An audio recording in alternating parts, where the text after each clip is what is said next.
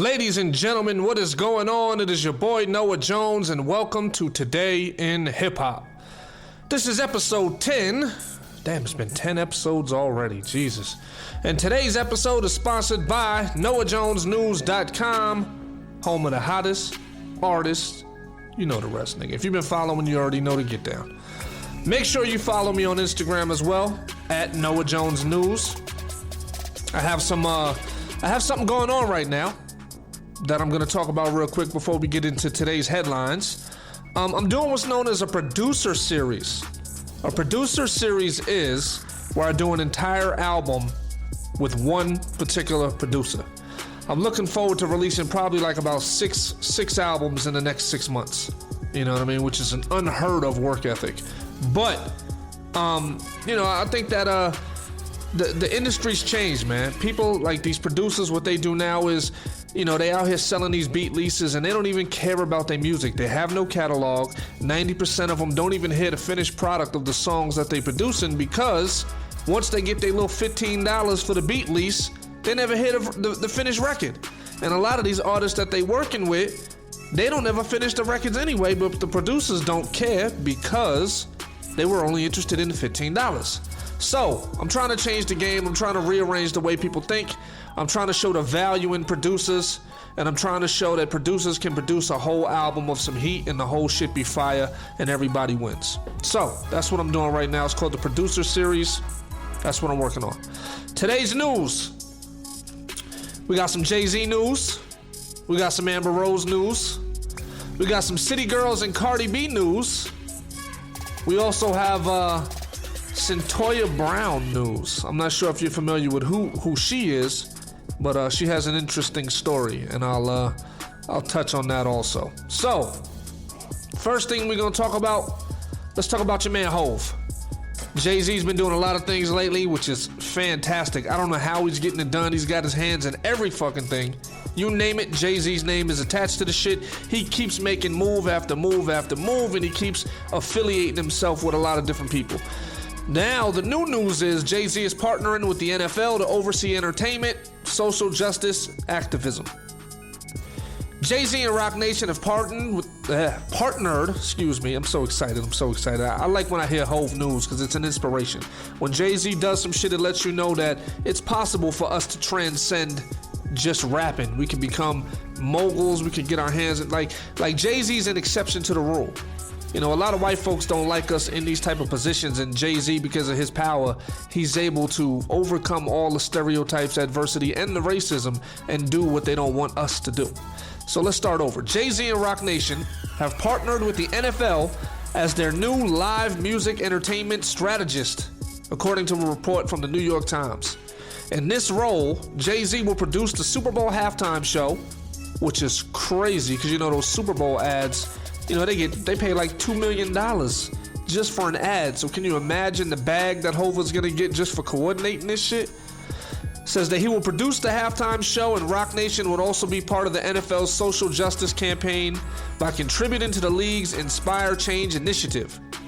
Jay-Z commented on the new role, telling the New York Times, the NFL has a great big platform and it has to be all inclusive. They were willing to do some things to make some changes that we can do some good. NFL Commissioner Roger Goodell also addressed Jay-Z's past criticism of the NFL, including their treatment of Colin Kaepernick. Goodell told the Times, we don't want people to come in and necessarily agree with us. We want people to come in and tell us what we can do better. I think that's a core element of our relationship between the two organizations with Jay and I personally. That's fucking amazing. That is amazing. So Jay-Z got his hands in that. He's going to hopefully, inflict some change. Because I always think, when I think of stuff like this, I always remember that Jay-Z record, and it's like the story of OJ, where he's like, even though you're doing all these moves, and even though you're breaking all these records and you're doing all this stuff, they still consider you a nigga. So I wonder, does he himself feel like that when he's entering into these associations and entering into these contracts and these binding agreements with these bigger companies? You know what I mean? Does he still believe that he's viewed as just a nigga to these people?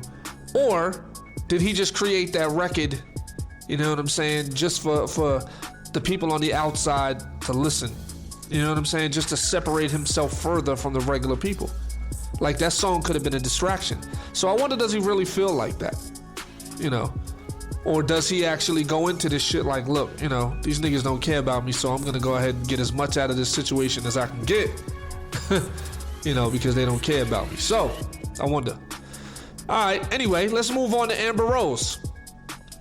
Amber Rose reveals that she won't be doing the slut walk this year. And here's some shit that comes directly from her Instagram page. It says, let me tell you this. This is Amber Rose speaking. Let me tell you this. Should I do it on my... Let me tell you this. Because I said this is Amber Rose speaking, but yet she don't sound like a man. So anyway, in a quotation from Amber Rose, it says, let me tell you this. If you meet a loner, no matter what they tell you, it's not because they enjoy solitude. It's because they have tried to blend into the world before, and people continue to disappoint them. First and foremost, that's some bullshit, because I'm a loner. I like being by myself. I'm very self-contained. I like doing my own thing. I'm perfectly comfortable not being around a crowd of people, and I'm comfortable in a crowd of people as well. But I prefer the solitude of being by myself, because I realize that you get a lot more done when you're focusing on yourself and you're focusing on you rather than entertaining an audience. So, I don't agree with that statement. I think that statement is bullshit. But anyway, let's dig a little deeper. She writes, so me, I stopped being friends with about 20 people last year.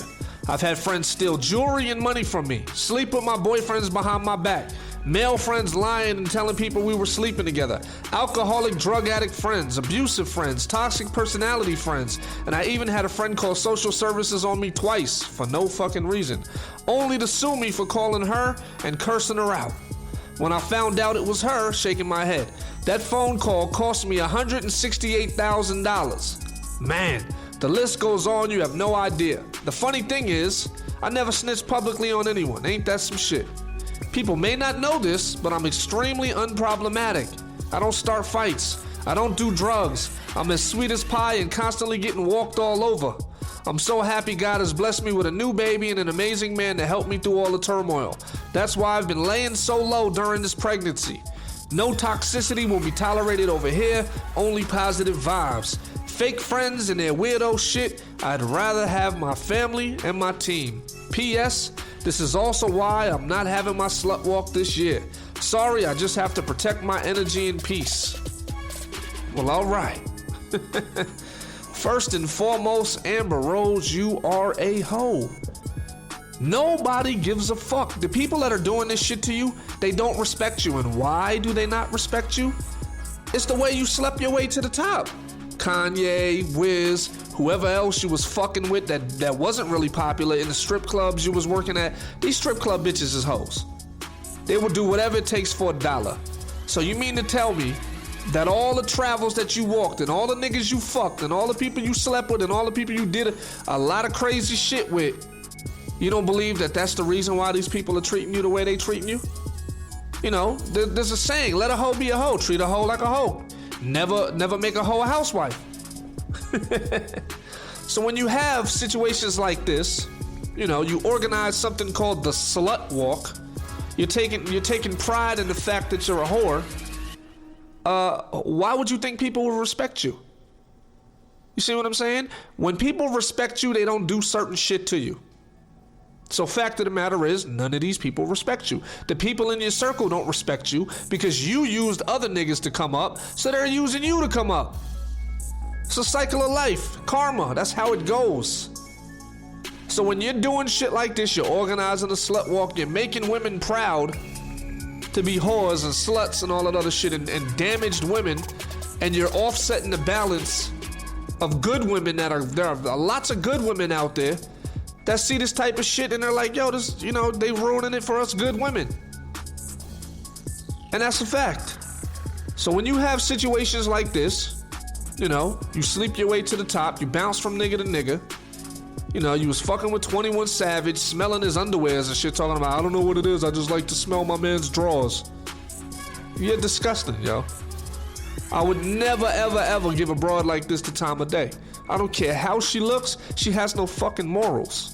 And when a woman has no morals, shit, negative energy just comes to them.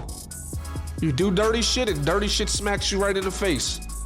So I don't for one bit feel sorry about you.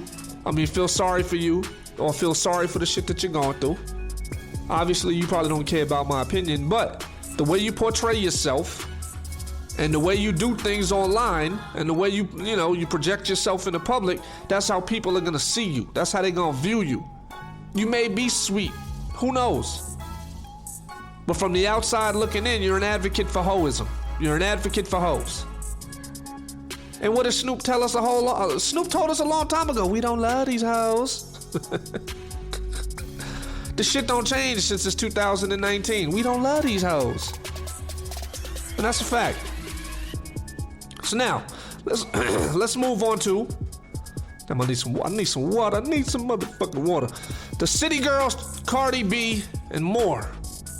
They getting sued for sampling chopper style without paying. Ooh, I love that cold water.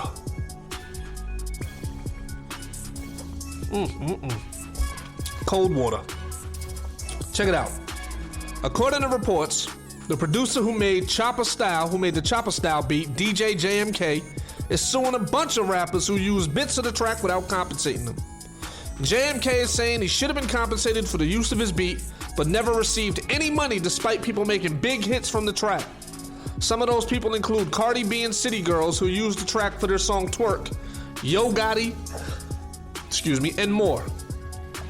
DJ JMK noted that all the rappers he named have misappropriated many of the recognizable and key protected elements of the beat he made, and he is suing them for copyright infringement.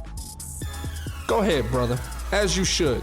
These niggas should have reached out to you and talked business with you, especially on that level of the game, because when you're a major artist and you drop a record, the shit's gonna see instant revenue.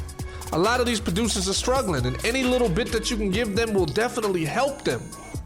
So when you have artists like Cardi B, who's on top of the world, on top of the charts right now for female rappers, rapping on your beat, and you're not getting credit or getting paid, it not only fucks up your money, but it stops your opportunities as a producer for you getting more work.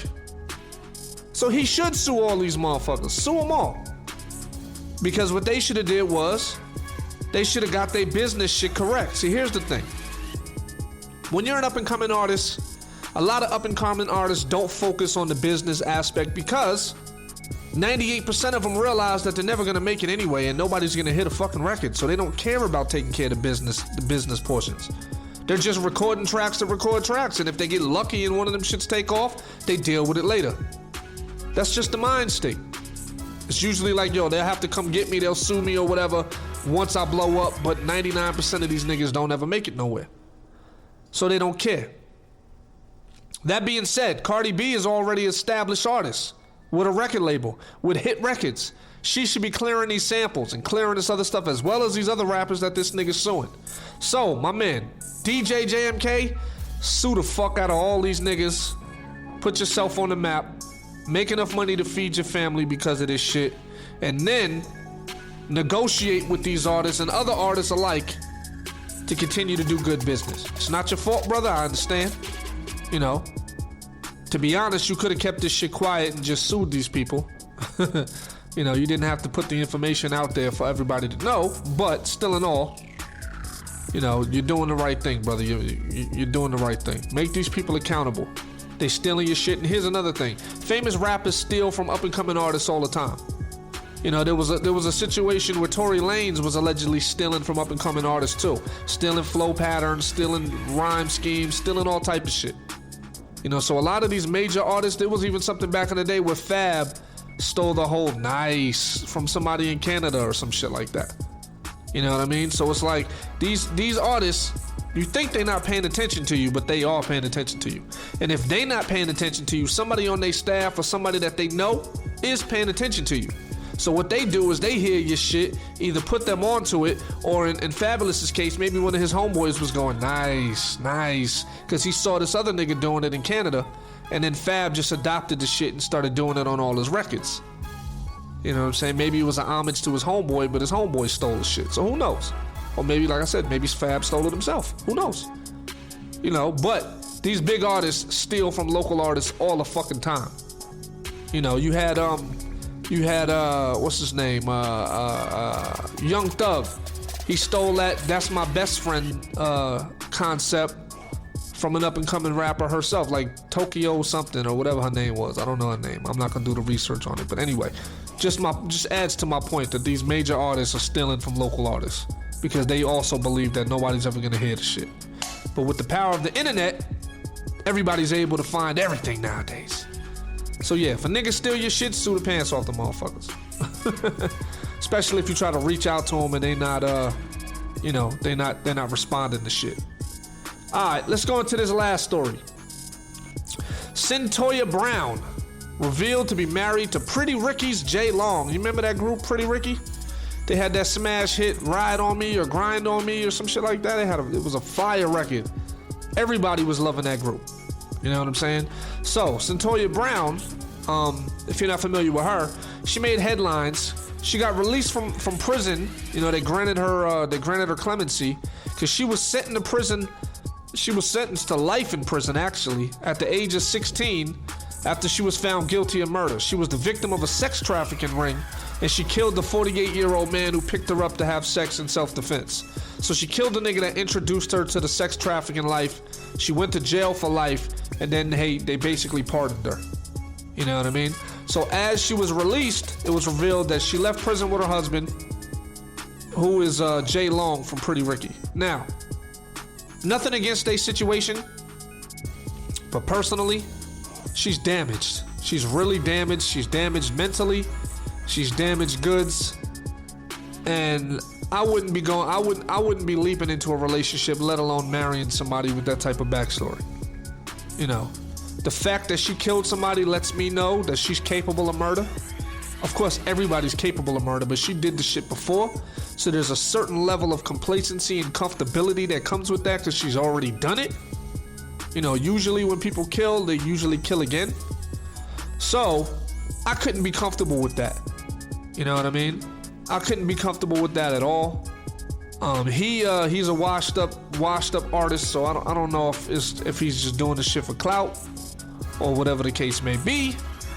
Maybe he's using that as his means to get back in the industry or whatever the case may be. I'm not really too sure how that works, but you know, I couldn't do it. I couldn't do it. She was sentenced to life at 16. So she was seriously damaged. I don't know how old she is now, but she's married to this guy, and personally, you know, I wish them luck, my dude, but I don't know. I don't know how I could sleep at night knowing that the woman sleeping right next to me murdered some nigga. You know, and that one argument may set that off, or maybe one thing that you say to her could trigger something that was said to her doing all those sex trafficking situations that she was in, and just set her off. Like, you ever see the movies where one person says a trigger word and all of a sudden the trigger word makes the other person go insane? Kind of like Winter Soldier from Marvel. How he had his little code word, and you say the trigger word, and he'll go into the assassin mode and kill motherfuckers. Like, you never know. She may get into an argument with this nigga. He may say some shit that she's heard from one of the people that she was involved with during the sex trafficking thing, and she may snap and kill this nigga. So I wouldn't take that chance. You know, I wouldn't take that chance. I'd be too afraid of my life. I got too much to live for. You know what I'm saying? Real shit. I don't care how fine a woman is. I'm not dealing with nobody like that. That's a motherfucking fact. So, ladies and gentlemen, that is today's show, episode 10. I love y'all. Make sure y'all donate to this podcast. Make sure, hey, look, do me a favor. If you like this podcast, don't be a selfish nigga. Make sure you put somebody on to the podcast. You know what I'm saying? Let one of your friends hear the podcast. Or don't just share the shit on social media. People don't check for shit like that. If you really are enjoying this podcast, make sure you tell somebody, look, you got to hear this shit. Play some of it for them. Let them see what the topics is about. Engage with them on the shit. Go back and forth. Talk about what I'm saying. You know, give your views amongst each other. How do y'all feel about what I'm talking about? You know what I'm saying? Discuss it amongst each other. But don't just sit there and listen to my podcast every day and you be the only nigga listening to the shit. The shit is not just for you, it's for the world. And in order for this shit to get the recognition that it deserves, you need to put niggas on. You know, don't be a selfish nigga. That's all I'm saying. I love y'all. Stay tuned for more episodes. Today in Hip Hop episode 10. Stay tuned for my producer series. Don't forget to follow me on Instagram at Noah Jones News. And don't forget to check out NoahJonesNews.com. I know who's supporting, man. I get the emails. I get everything. I get all the stats. So if you niggas is really supporting, I know it. So don't be faking like you supporting my shit. I get all the stats, my nigga. I know who shows up to my site. I know who's sharing my shit. I know all the details. I can tell how many people are listening because I get a stat sheet that lets me know. So if y'all niggas is just forwarding my shit and y'all not listening, shame on y'all lame niggas. Shame on the All right, love y'all. Peace.